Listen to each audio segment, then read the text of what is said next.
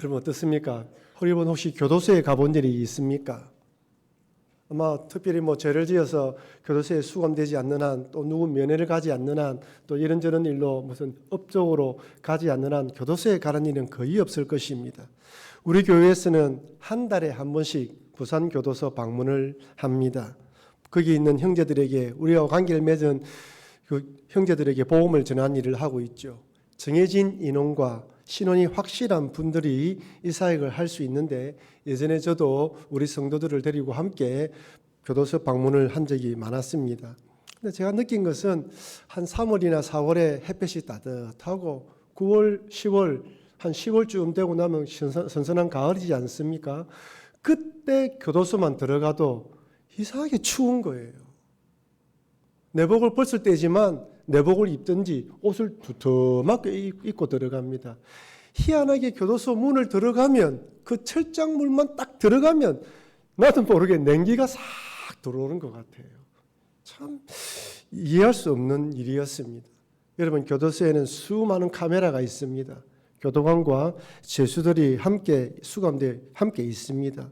여러분, 교도관과 죄수들은 어떻게 구분될까요? 옷으로 구분됩니다. 옷을 보면 이 사람은 죄수구나, 간수구나 알 수가 있는 것이죠. 죄수들은 지은 죄에 따라 이름이 아니라 숫자로 여기 표시되어 있습니다. 색깔도 다 다릅니다. 저는 애써 그 숫자와 색깔이 무엇을 의미하는지 알려고 하지 않았습니다. 선입견을 가지기가 싫었던 것이죠. 하지만 그 죄수들이나 거기에 있는 교도관들은 그 번호가, 그 색깔이 무엇을 의미하는지 다 알고 있습니다. 저희들과 함께 예배를 드리는 그분들을 만나기 위해서는 몇 개의 철문을 통과해야 되는데 그 철문마다 교도관들이 지키고 서 있습니다. 교도소에는 어쨌든 이 교도관들이 지켜 서 있는 곳입니다. 그곳에 계신 분들은 갇혀서 감시를 받으며 받은 형량만큼 살아가야 합니다. 죄를 지었으니 대가를 치러야 하는 것이죠. 근데 여러분, 인생을 살아가다 보면 죄를 지어서 교도소의 철장에 갇히기도 하지만 여러 다양한 상황 가운데 갇힌 인생이 되기도 합니다. 여러분, 질병 어떻습니까? 사고로 당하여 병원에 입원하면 그 기간 동안 꼼짝없이 병실에 누워 있어야 됩니다. 여러분, 요즘은 코로나 이후로 면회가 되지 않아요. 보호자들도 주어진 시간에 짧게 면회하지, 요즘 은근한 병원, 특별히 큰 병원일수록 면회를 시키지 않습니다. 꼼짝없이 병원에 갇히게 되는 것이죠. 여러분, 암에 걸리면 어떻게 됩니까? 암에 걸리게 되면 그 암의 크기에 따라서 먼저 방사선 치료를 하고 수술을 받기도 하고, 아니면 수술하고 또 방사선 치료받고 항암 치료를 받기도 합니다. 여러분, 주변에 항암 치료 받는 분들 이야기 들어보십시오.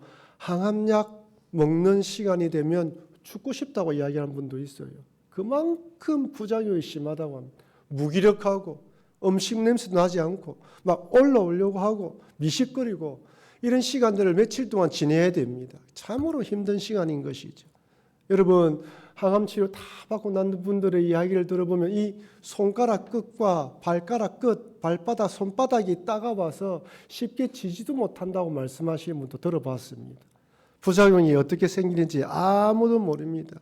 여러분, 암 치료받았다고 다 해결됩니까? 아닙니다. 암 진단받고 치료받고 난 뒤에 최소한 2년에서 길게는 5년까지 어떻게 됩니까? 조심해야 됩니다. 병원에서 이제 완치받았습니다 해도 남은 평생 동안 음식 먹는 거, 식생활, 습관들 조심하지 않으면 또 어떤 일이 벌어질지 모릅니다. 병에 한번 걸리면 병에 갇히는 인생이 됩니다. 여러분, 돈 어떻습니까? 물질에 빚진 분이 계십니까? 여러분, 이자를 낼 수 있는 형편이 되면 상관없지만 그렇게 이자를 낼 수 없는 형편이 되면 숨이 쉬지 않는다고 하더군요. 저라면 와도 심장이 덜렁 내려간다고 합니다. 여러분, 이 빚진 자의 마음도 완전 돈에 갇혀서 늘 조마조마하는 삶을 살아가게 하는 것이죠. 여러분, 그 외에도 상처와 아픔, 트라우마에 갇힌 분도 있습니다. 사람들은 쉽게 이야기합니다. 잊어버리면 되지. 다시 생각 안 하면 되지. 여러분, 생각이 안 떠올라서 생각 안 합니까? 그렇게 되지 않는 거예요. 힘든 것입니다. 그 생각이 발목을 잡아요. 그때 그 시간만 되면 그런 장소에 가면 움찔움찔 올라오는 이런 것들이 우리를 힘들게 만듭니다. 우리는 나름대로 상처를 가지는 거예요. 힘든 아픔을 가집니다. 그러면 그것이 나의 발목을 잡아서 나를 끌어당깁니다. 조금 일어서려고 하면 잡아당기고 일어서려고 하면 잡아당겨요. 여러분, 전쟁에 투여돼서 전투하다가 살아남은 분들 보십시오. 평생 전쟁 트라우마에 시달린다지 않습니까? 여러분, 특별히 소방관도 마찬가지라 합니다. 경찰관도 마찬가지예요. 험한 이게 죽음의 시체를 보거나 그런 생사의 위기를 극복하고 딱 벗어났을 때 그때는 괜찮은데 이것이 마음에 머리에 잔상이 남아서 괴롭히는 거예요. 어찌 보면 감옥에 갇히는 인생은 아니지만 우리는 나름대로의 여러 일들로 인해서 갇히고 힘들고 어려운 삶에 빠질 수가 있습니다. 여러분, 개미지옥 보셨습니까? 사막에 땅을 딱 파놓고 구멍에 딱 숨어 있다가 곤충이 딱 떨어지면 그 곤충이 아무리 모래밭을 이렇게 밟고 올라가려고 해도 올라가지 못합니다. 결국에는 힘에 지쳐서 쭉 떨어지면 개미지옥의 밥이 되는 것입니다. 살아가다 보면요, 인생의 절망의 끝, 밑바닥, 힘들고 갇힌 인생, 도저히 내 힘으로 극복할 수 없는 일들로 인해 가지고 다 포기하고 싶은 때가 있습니다. 갇힌 인생, 매인 인생, 붙잡힌 인생이 되었을 때 필요한 것은 이 모든 상황을 이겨낼 수 있는 소망과 희망입니다. 여러분, 다니엘 기도회 때도 뭐 간증을 들으셨지만은 그 노숙자 사업하시는 사역을 하시는 분들의 이야기를 들어보십시오.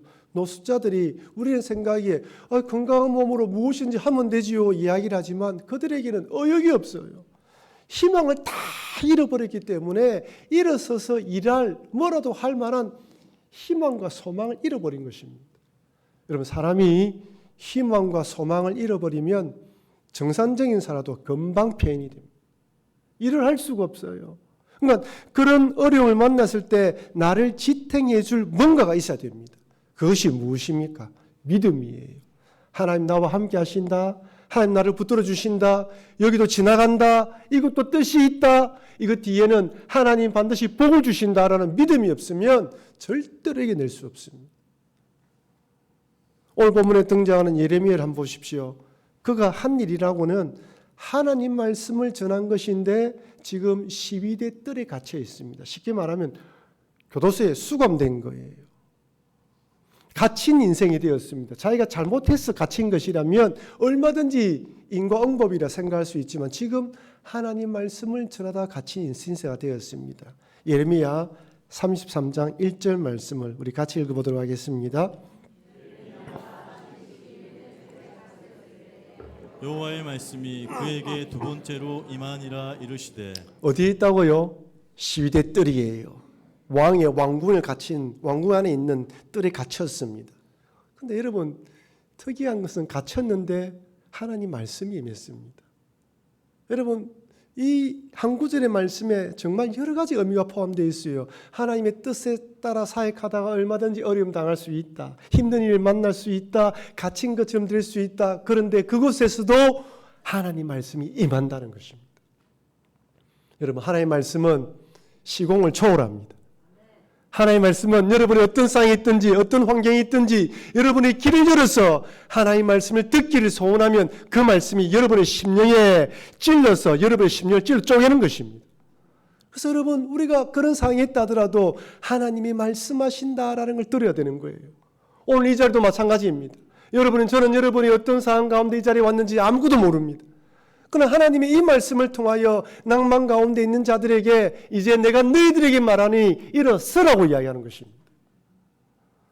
여러분, 지금 예레미야는 좋은 상황에 있는 것이 아닙니다. 여러분, 예레미야 선지자 예레미야 이름의 뜻이 주께서 임명하시다. 주께서 높이 들어 올리신다는 뜻입니다. 이름은 거창한데 지금은 갇힌 신세가 되었어요. 그런 하나님의 부름을 받고 하나님의 뜻에 따라 하나님의 말씀을 전하는 사람이 되었습니다. 그가 처음에 하나님의 부름을 받았을 때는 이렇게 말씀을 전했어요.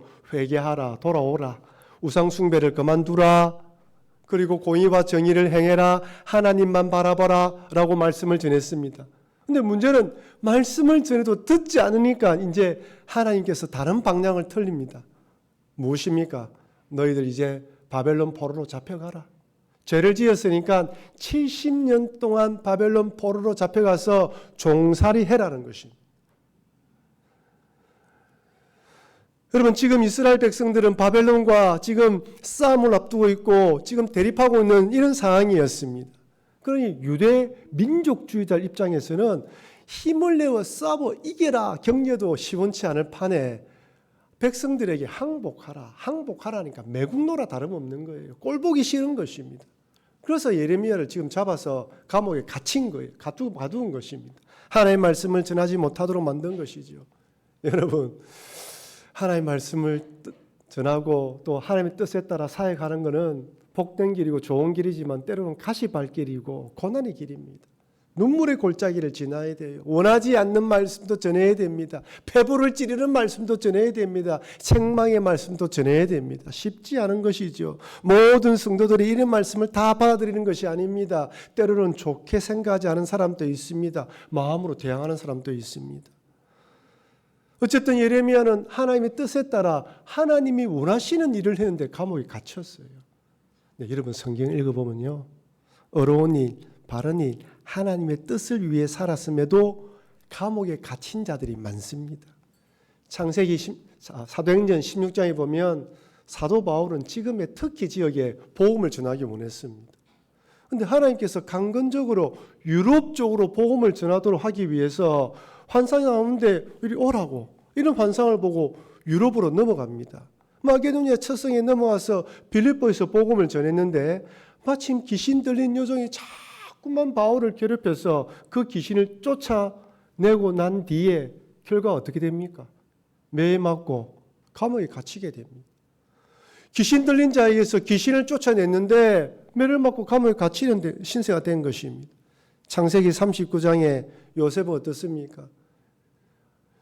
주인의 여주인이 유혹하는데 그 여종의 주인의 유혹을 뿌리치고 옷을 벗어 던지고 도망쳤는데 누명을 쓰고 감옥에 갇힌. 다니엘의 세 친구들은 어떻습니까? 느부갓네살 왕이 세운 금신상에 절하지 않는다는 이유로 7배나 뜨거운 풀무불에 던져집니다. 다니엘은요, 기도한다는 이유 때문에 사자굴에 던져집니다. 여러분, 때로는 신앙생활 하다 보면 이런저런 어려움을 만날 수가 있습니다. 원하지 않는 일을 만날 수가 있어요. 이거 안 하면 얼마든지 감옥에 갇히는 신세가 되지 않는데 우리는 믿음 때문에 그 일로 인하여 어려움을 당할 수도 있습니다. 제일 이해하기 어려운 사람은 욥이죠. 여러분, 욥의 고난은 까닭이 없어요.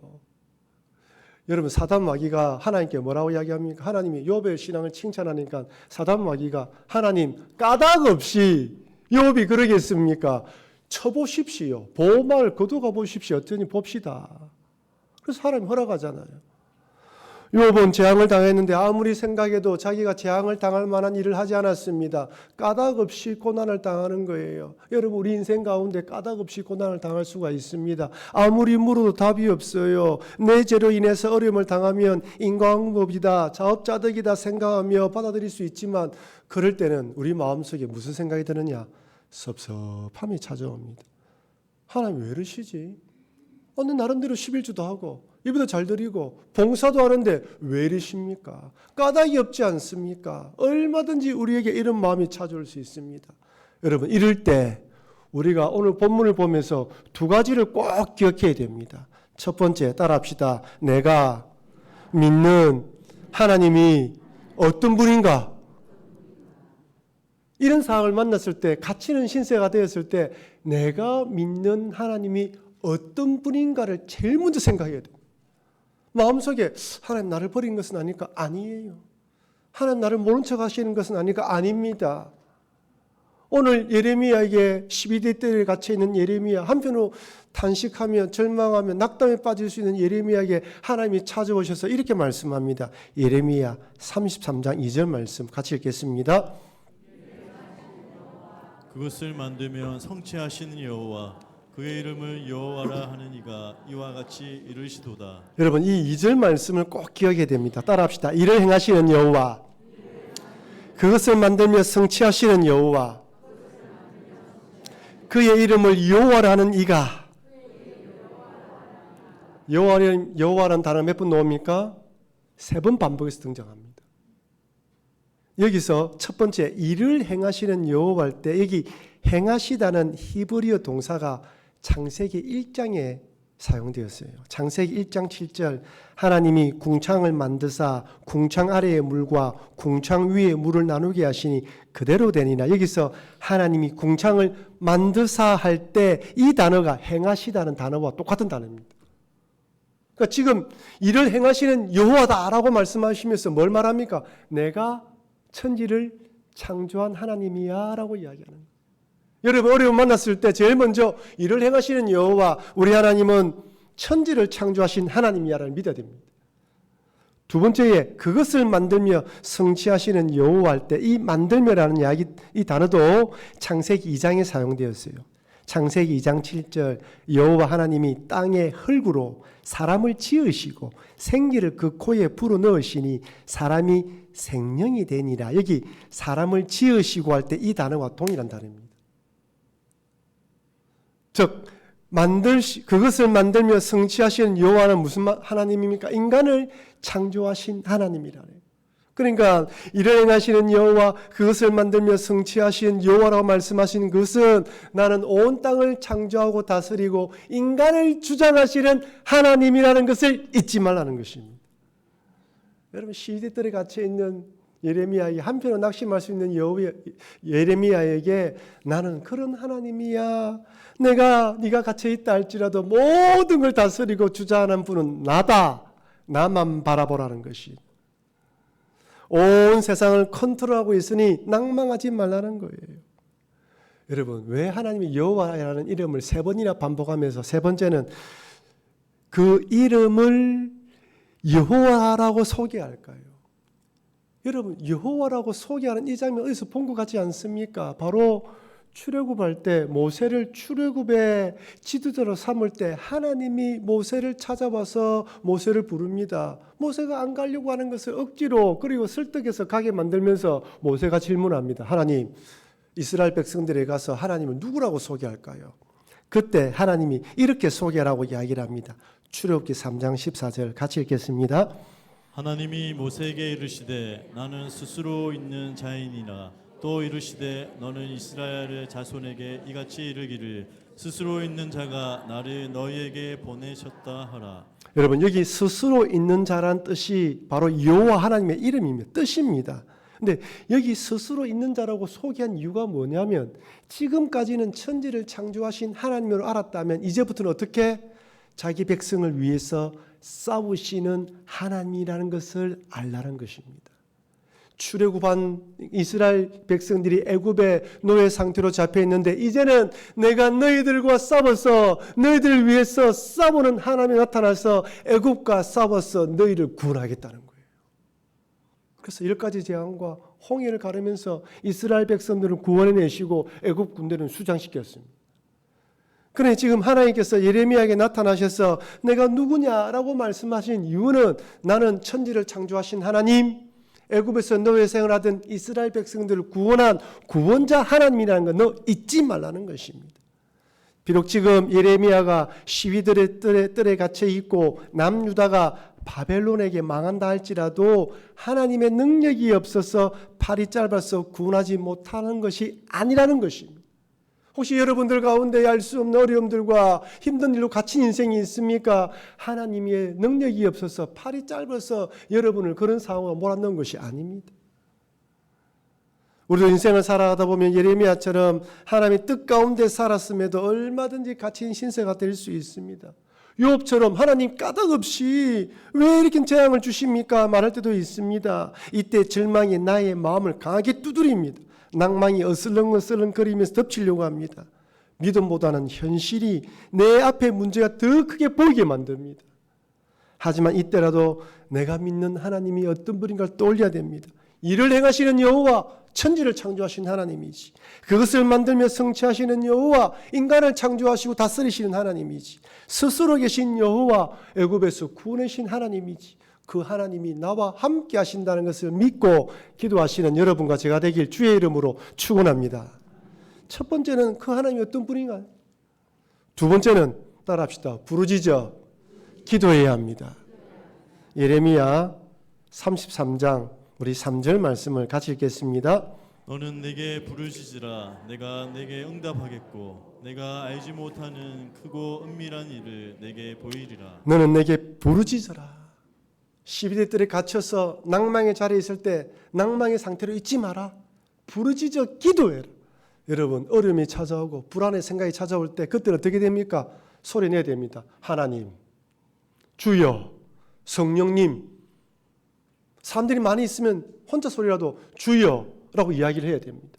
사람들이 없는 공간에 와서는 하나님 도와주십시오라고 외쳐야 돼요. 참 미안합니다. 우리가 하나님이라고 외칠 때 그 하나님이란 이름이 내 귀에 들어와서 내 심령을 때려요. 주여라고 외칠 때 그 주여란 소리가 내 귀에 들어와서 내 머리를 때립니다. 정신 차리게 만들어요. 거기서 그냥 가만히 있으면 걱정, 근심, 염려가 우리를 더 움켜쥐어 점점 깔아앉게 만듭니다. 그때는 소리를 내야 됩니다. 하나님하고 외쳐야 돼요. 주님하고 외쳐야 돼요. 교회 오셔서 가까이 있는 교회에 오셔서 주여 도와주십시오라고 외쳐야 됩니다. 우리가 이런 상황 가운데 할 수 있는 유일한 방법은 하나님을 바라보며 부르짖어 기도하는 것입니다. 여기 부르짖으라는 히브리의 뜻은 목청이 터질 만큼 고함을 치다는 의미입니다. 내 심령의 안타까운 호소가 하나님께 들리도록 크게 부르짖어 기도하라는 것이죠. 여러분 우리가 새벽에 나와서 기도할 때는 조용히 기도합니다. 내 마음을 아뢰고 음악에 따라 잠잠하게 기도하지. 수요일 날에는 부르짖어 기도합니다. 내 소원과 마음의 아픔들 상태를 다 내어놓고 하나님께 부르짖어 기도합니다. 여러분 괴롭고 힘들 때 어려울 때 도움이 필요할 때는 간절히 부르짖어 기도해야 됩니다. 절박한 심정 간절한 마음의 소원으로 나의 마음을 하나님께 아뢰어야 됩니다. 사무엘의 어머니 한나가 그렇게 마음의 끝을 토해내면서 기도했던 것처럼 하나님께 부르짖어 기도해야 되는 것이죠. 그래서 예수님께서도 우리에게 이렇게 기도하라고 가르쳤습니다. 마태복음 7장 7절에서 8절 말씀 같이 읽겠습니다. 구하라 그리하면 너에게 주실 것이요 찾으라 그리하면 찾아낼 것이요 문을 두드리라 그리하면 너에게 열릴 것이니 구하는 이마다 받을 것이요 찾는 이는 찾아낼 것이요 두드리는 이에게는 열릴 것이니라. 아멘입니다. 여러분 우리에게 마지막 보루는 하나님이십니다. 우리에게 마지막 보루는 하나님이에요. 하나님이 여러분의 부르짖음에 응답하시고 들으십니다. 적극적인 믿음으로 주님을 바라보고 기도하라는 것이죠.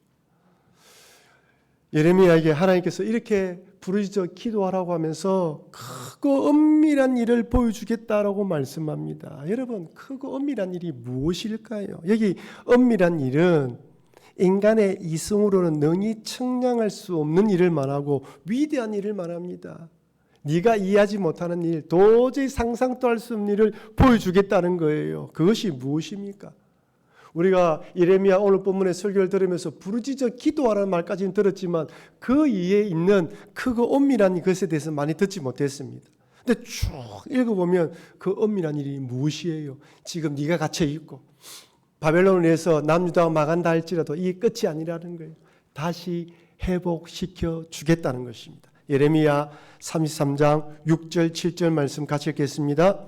그러나 보라 내가 이 성읍을 치료하며 고쳐 낫게 하고 평안과 진실이 풍성함을 그들에게 나타낼 것이며 내가 유다의 포로와 이스라엘의 포로를 돌아오게 하여 그들을 처음과 같이 서울 것이며. 아멘이죠. 아멘입니다. 지금 망하지도 않았어요. 이제 망할 것이지만 망하는 것이 끝이 아니라는 것입니다. 여러분 하나님 백성에게 때로는 망할 때도 있고 힘들 때도 있습니다. 하지만 그것이 끝이 아닙니다. 그 끝은 결국에는 평안과 진실이 풍성함이며 돌아오는 것이고 처음과 같이 세워지는 것입니다. 하나님의 일에는 뭐든지 우리를 망하게 만드는 것이 아닙니다. 다시 돌아오기만. 이것이 바로 하나님의 본심입니다. 비록 이스라엘 백성들이 하나님을 섬긴다 하면서도 우상을 섬기고 공의와 정의를 행하지 않으므로 그 벌을 받아 잡혀가지만 그건 끝이 아니다. 돌아오도록 하기 위한 징계이다. 돌아오면 다시 회복시켜 줄 것이다 라는 것이 하나님의 본심입니다. 우리 인생도 마찬가지입니다. 때로는 망한 인생, 끝난 인생, 밑바닥 인생처럼 보인다 할지라도 여기가 끝이 아닙니다. 다시 고치시고 회복시켜 주시는 것입니다. 그래서 예레미야 29장 11절에 이렇게 말씀합니다. 같이 읽겠습니다. 여호와의 말씀이니라. 너희를 향한 나의 생각을 내가 아나니 평강이요 재앙이 아니니라. 너희에게 미래와 희망을 주는 것이니라. 아멘이죠. 따라합시다. 나에게는 미래와 희망이 있습니다. 아멘이죠. 점점 나이가 들어가고 몸이 아프다 하더라도 그럼에도 불구하고 우리에게는 부활에 대한 소망이 있습니다. 점점 주님을 닮아가는 것에 대한 희망을 품고 살아가게 됩니다. 여러분, 이렇게 회복하여 돌아올 것에 대한 엄밀한 일만 가르쳐 준 것이 아니라 또 하나 더 가르쳐 주십니다. 그것은 뭐냐면 메시아의 탄생까지 알려주십니다. 예레미야 33장 15절입니다. 그날 그때에 내가 다윗에게서 한 공의로운 가지가 나게 하리니 그가 이 땅에 정의와 공의를 실행할 것이라. 크고 엄밀한 일이에요. 여러분, 하나님은 이사야 선지자에게도 여러 선지자에게도 하나님 백성들이 말씀을 선포하면서 징계를 선포하지만 회복과 함께 메시아가 오실 것에 대한 말씀을 주셨습니다. 크고 엄밀한 일은 메시아가 온다는 것입니다. 이 땅에 인류를 구원하여 우리를 구원할 그 메시아가 오실 것이라는 것을 시위대 뜰에 있는 예레미야에게 보여주면서 힘을 내라고 이야기를 합니다. 여러분, 때로는 힘들고 어려울 때 우리가 기도하면서 크고 엄밀한 일을 보여달라고 기도할 때 이미 하나님 보여주신 이 엄밀한 것을 보면서 우리는 부활에 대한 소망을 가져야 되는 것입니다. 주님이 이 예레미야에게 크고 엄밀한 일, 첫 번째는 돌아온 일, 두 번째는 메시아를 보여주셨다면 우리에게는 남아있는 또 크고 엄밀한 일이 무엇입니까? 그 예수님이 재림하신다는 엄밀한 일입니다. 2000년 전에 오신 그 예수님이 또다시 언젠가 이 땅에 오셔서 우리를 구원하시고 이 육신의 몸을, 부활의 몸을 있게 만들어서 영원한 하나님 나라에 데려가신다는 그 엄밀한 일이 우리에게 남아 있습니다. 그래서 우리는 이 성탄의 계절에 2000년 전에 오신 그 예수님을 바라보며 다시 오실 주님의 재림을 기약하며 희망과 소망을 가지는 것입니다. 사랑하는 성도 여러분, 예레미야는 하나님 말씀을 전하다 그만 시위대 뜰에 갇히게 되었습니다. 이런 예레미야를 하나님께 찾아오셔서 하나님이 어떤 분인가를 소개하고 부르짖어 기도하라고 말씀하십니다. 크고 엄밀한 부위를 보여주겠다고 말씀하십니다. 그런 이 땅에 살아갈 때 하나님의 말씀대로 순종했음에도 믿음으로 살았음에도 때론 까닭없이 어려움을 당할 수 있다는 거 잊지 마시고 이런 때를 만난다 할지라도 우리가 믿는 여호와 하나님은 이를 행하시는 여호와, 그것을 만들며 성취하시는 여호와, 스스로 계신 여호와 하나님을 잊지 마시고 부르짖어 기도하시기를 바랍니다. 간절히 구하고 찾고 두드릴 때 능력의 하나님께서 우리를 회복시켜 주실 것입니다. 그리고 우리에게 보여주신 크고 엄밀한 일을 보여주실 뿐만 아니라 그 일을 소망을 가지며 그 어려움 속에서 이겨나도록 만들어 주실 것입니다. 그러니 부르짖어 기도하시면서 이겨내시는 여러분과 제가 되길 주의 이름으로 축원합니다.